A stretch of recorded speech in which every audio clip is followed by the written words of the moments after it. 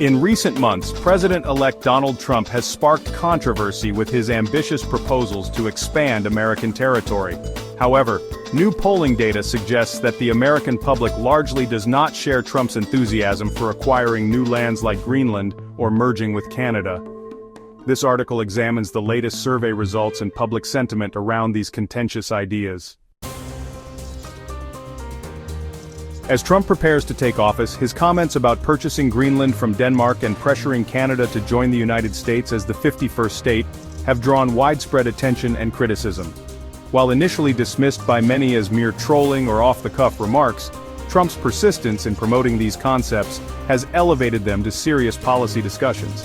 Yet the American people appear far more skeptical and hesitant about such dramatic territorial expansion.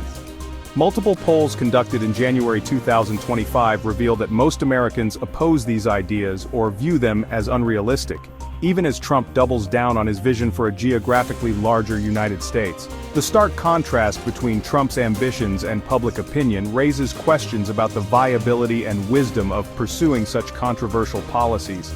It also highlights the complex factors at play as America grapples with its role on the global stage and relationships with close allies and neighbors. When it comes to Trump's proposal to purchase Greenland from Denmark, Americans are decidedly cool to the idea. An exclusive USA Today, Suffolk University poll found that over half of Americans, 53%, believe acquiring Greenland is a bad idea. Among those who view it more favorably, most still see it as unrealistic. 29% said it was a good idea in theory, but likely not feasible in practice. Only a small minority of 11% felt the Trump administration should actively pursue making Greenland part of the United States.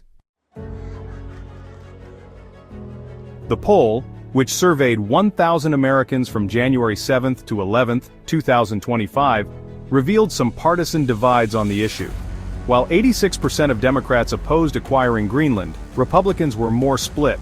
23% supported pursuing the policy, 48% viewed it as good but unrealistic, and 21% opposed it outright. Many respondents expressed bewilderment at Trump's fixation on Greenland. Gray Holland, a 23-year-old Trump voter from North Carolina, initially thought it was a joke. But as Trump began discussing potential military deployment, Holland said he cannot get behind that. Some saw ulterior motives behind Trump's interest in Greenland. Christy Rangel, a 51-year-old independent from Louisiana, believed Trump was primarily interested in exploiting Greenland's natural resources for profit. However, a minority of Trump's base remained supportive of the idea. Cynthia Harrison, a 57-year-old Republican retiree from Vermont, praised the proposal, citing Greenland's mineral wealth and strategic location vis-à-vis China and Russia. Trump's comments about having Canada join the United States as the 51st state have generated even more pushback from the American public. A cross-border study by the Angus Reid Institute found that Americans oppose such a merger by a 2-to-1 margin. Nearly half of Americans, 49%, are against the idea of Canada joining the US, while only 25% support it. The remaining quarter are unsure or have no opinion on the matter. Even among those open to Canada becoming part of the United States, there are reservations about how it would be implemented. Only 52% of Americans believe Canada should receive full statehood with equal citizenship and voting rights if it did join. A quarter instead favor giving Canada a reduced status similar to Puerto Rico, without congressional representation or presidential voting rights. The poll revealed a significant partisan gap on the issue. While 42% of Trump voters supported the idea of Canada joining the US, only 9% of those who voted for Democratic nominee Kamala Harris felt the same way. Notably, 3/4 of Americans, 77%, emphasized that if Canada were to join, it should only be by Canada's own choice, not through pressure or force from the United States. Just 5% felt it would be acceptable to pressure Canada to join, and a mere 1% supported using military force. Despite the controversy Trump's comments have generated in Canada, most Americans have paid little attention to the story. The Angus Reid poll found that only about 1/3 of Americans have been following the issue closely. This lack of engagement may partly explain the skepticism towards these proposals. Without a deep understanding of the potential benefits or drawbacks, many Americans default to opposing such dramatic changes to the country's territory and international relationships. Several factors appear to be driving American reluctance to embrace Trump's expansionist vision.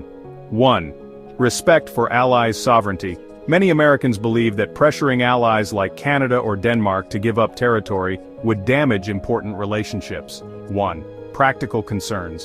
The logistics and costs of integrating new territories raise doubts about feasibility. 1. Lack of perceived benefits. Most Americans don't see clear advantages to acquiring places like Greenland or merging with Canada. 1. Isolationist tendencies. Some Americans prefer focusing on domestic issues rather than expanding territory abroad. 1. Distrust of Trump's motives. A segment of the population is skeptical of Trump's true intentions behind these proposals. The polling data paints a clear picture. Most Americans do not share Trump's enthusiasm for acquiring new territories like Greenland or merging with Canada.